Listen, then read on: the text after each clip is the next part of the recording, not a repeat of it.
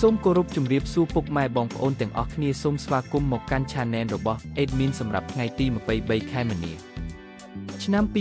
2026 Admin ក៏មានតម្រុយឆ្នោតពិសេសនិងលេខល្អសម្រាប់ចែកជូនពុកម៉ែបងប្អូនផ្សងសំណាងកំសាន្តប្រចាំថ្ងៃផងដែរជាដំបូងសូមពុកម៉ែបងប្អូនជួយចុច Like និងជារូបសញ្ញាកន្ទឹងឲ្យ Admin ម្នាក់មួយផងដើម្បីនឹងទទួលបានវីដេអូថ្មីក្នុងទូរស័ព្ទដៃពុកម៉ែបងប្អូ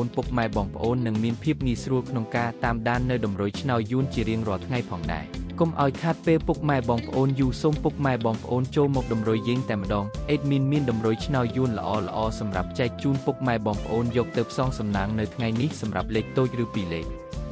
98 87 55 32សម្រាប់3លេខឬលេខធំ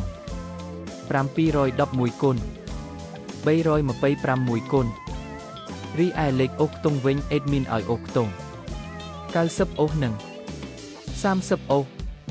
ផងដែរពេលពុកម៉ែបងប្អូនស្រឡាញ់និងចូលចិត្តលេខរបស់ Admin ពុកម៉ែអាចយកផ្សងសំណាងបាននៅថ្ងៃនេះសុទ្ធតែលេខល្អតម្រុយឆ្នោតយើងខ្ញុំបានមកដល់ទីបញ្ចប់ហើយសូមជូនពរឲ្យពុកម៉ែបងប្អូនទាំងអស់គ្នាហេងសំណាងល្អមានលាភមានជ័យនិងចូលរង្វាន់ធំទាំងអស់គ្នាណាពុកម៉ែបងប្អូនជាចុងក្រោយសូមពុកម៉ែបងប្អូនជួយចុច Like និងជារូបសញ្ញាកន្ទឹងឲ្យ Admin ម្នាក់មួយផងមកដើម្បីទទួលបានវីដេអូថ្មីសូមជួបគ្នានៅថ្ងៃស្អែកបន្តទៀតណាសូមអរគុណ